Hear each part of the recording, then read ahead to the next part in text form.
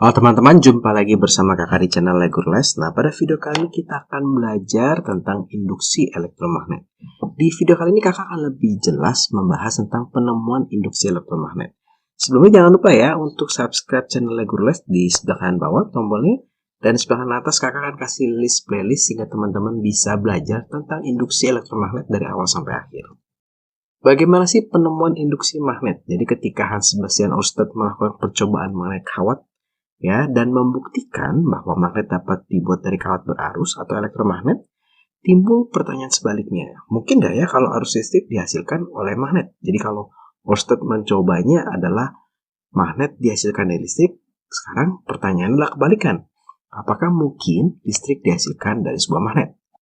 Hal ini ternyata dibuktikan oleh Joseph Henry dan dipublikasikan oleh Michael Faraday, ya, di mana suatu induksi magnet dapat menghasilkan listrik. Ini adalah si Michael Faraday, ya.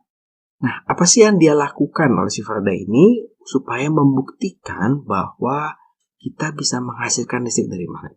Jadi dia melakukan percobaan dengan mendekatkan elektromagnet dengan sebuah besi yang dililitkan oleh kawat. Nah, ternyata pada kumparan yang di samping timbul arus listrik. Jadi dia percobaan seperti ini nih kira-kira nih. Di sini ada besi, sama-sama besi ini, satu tempat yang sama. Yang ini dililit dengan kawat dihubungkan kepada suatu baterai, sumber tegangan. Ada saklar. Yang satu lagi ada lilitan tapi dihubungkan ke galvanometer. Gitu ya. Nah, ternyata ketika ini ditutup, buka secara cepat, itu galvanometer ini bergoyang nih ke kanan, ke kiri, ke kanan, ke kiri, dan seterusnya. Ini kenapa? Karena ternyata timbul yang namanya arus induksi. Ya, jadi dari listrik menghasilkan magnet, magnetnya ini diinduksi ke sini, kembali menghasilkan listrik.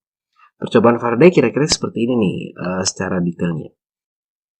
Jadi bisa disimpulkan kalau arus induksi itu adalah arus listrik yang ditimbulkan akibat perubahan garis medan magnet. Ya, perubahan ini bisa bermacam-macam. Bisa seperti pada contoh yang dilakukan oleh Faraday, dia adalah membuka menutup si saklar dengan cepat sehingga si elektromagnet yang terbentuk ini garis gaya magnetnya selalu berubah-ubah. Besar, kecil, dan seterusnya. Sehingga mempengaruhi kumparan yang di sampingnya untuk menghasilkan suatu listrik. Nah, ya gampang ya. Terus bagaimana nih Kak cara menentukan arah arus induksinya? Ternyata kalau kita mau menentukan arah arus induksi yang elektromagnet seperti ini, kita harus menentukan dulu kutub magnet yang ditimbulkan oleh kumparan yang akan diinduksi. Ya, kita akan menggunakan aturan tangan kanan nih. Jadi kita untuk magnet yang ini kita tentukan dulu kemana sih arusnya dia, kemana sih utara dan selatannya dia. Ya, dengan aturan tangan kanan, kalau ini kita sambungkan, maka kita punya arus ke sini, berarti dari depan ke belakang, tangannya akan seperti ini. Di sini kita punya utara, di sini kita punya selatan. Maka si kumparan ini akan terinduksi magnet, ya, dia akan memiliki di sini kutub utara, di sini kutub selatan. Dengan aturan tangan kanan yang sama, ya, utara kan utaranya di sini nih. Maka jempolnya kita ke sini nih. Oh, ternyata kita mendapati sama nih arahnya ke sini. Nah, arahnya ke sini ya. Sehingga dia nih arahnya ke atas, kemudian dia ke belakang, baru turun ke sini, baru dia ke sini. Nah, ketika dia ke sini dia akan arusnya kan ke kanan nih. Dia akan mendorong si galvanometernya bergerak ke kanan. Nah, jadi gitu ya cara menentukannya ya. Nah, kita coba yang bawah nih. Sekarang nih arusnya, ini positifnya baterai, negatifnya baterai, berarti arusnya ke sini. Dari belakang dia ke depan, berarti dia ke bawah. Ini ke bawah gini ya.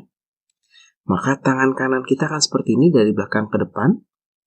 Kemudian ini adalah arah utaranya, ini adalah selatannya. Maka di sini menjadi selatan. Si kumparan yang akan diinduksi, di sini akan menjadi utara.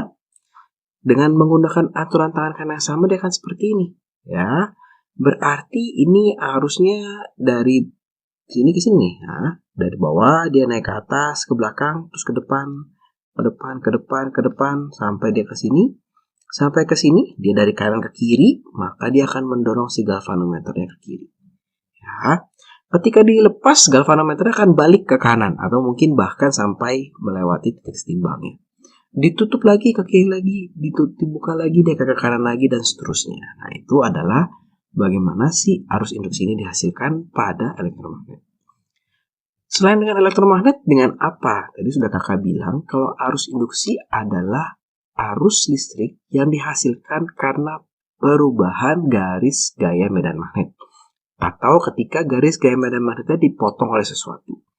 Nah, maka kita bisa juga menghasilkan suatu arus induksi jika kita memasukkan suatu magnet ke dalam kumparan secara cepat dan berulang kali.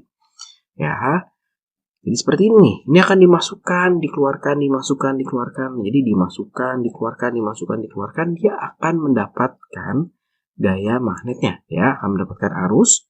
Maka dia akan memotong. Jadi si kumparan ini akan memotong garis-garis gaya magnet. Kan garis gaya magnetnya begini ya.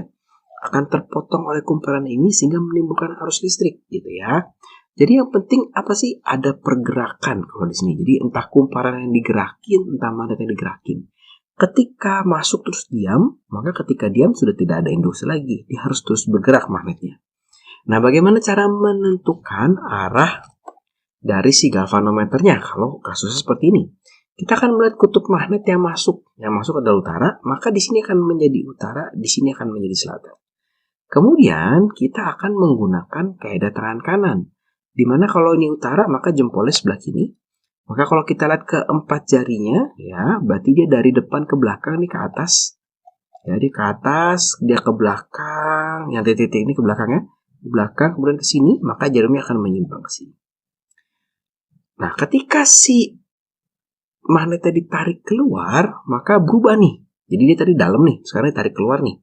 Maka di sini menjadi selatan, di sini menjadi utara. Sehingga nanti garis gaya magnetnya akan berubah nih, ya, dan arus yang dihasilkan juga berubah. Dia akan seperti ini, dia akan geser ke sebelah kiri.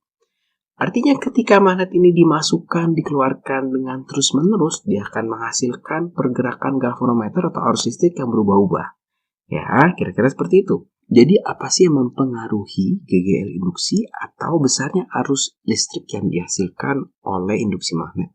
Nah, untuk faktor ini yang kita pandang, kita lihat adalah ini. Jadi masalah pergerakan si magnetnya. Di mana berarti yang mempengaruhi adalah kuat medan magnet yang digunakan. Semakin kuat, maka semakin besar GGL induksi atau arus induksi yang dihasilkan. Pada percobaan Faraday yang tadi, maka ketika baterai yang digunakan semakin besar, arusnya semakin besar, medan magnet elektromagnet yang dihasilkan semakin besar, maka induksi yang di sebelahnya juga akan semakin besar. Kemudian kecepatan, jadi semakin cepat dia masuk keluar akan semakin besar GGL induksinya atau arus induksinya, karena semakin cepat perubahan garis gaya medan magnetnya. Yang ketiga adalah jumlah lilitan pada kumparan. Semakin banyak, maka semakin banyak kumparan atau logam yang memotong garis gaya medan magnet tersebut. Artinya semakin besar induksinya atau arus induksi yang dihasilkan.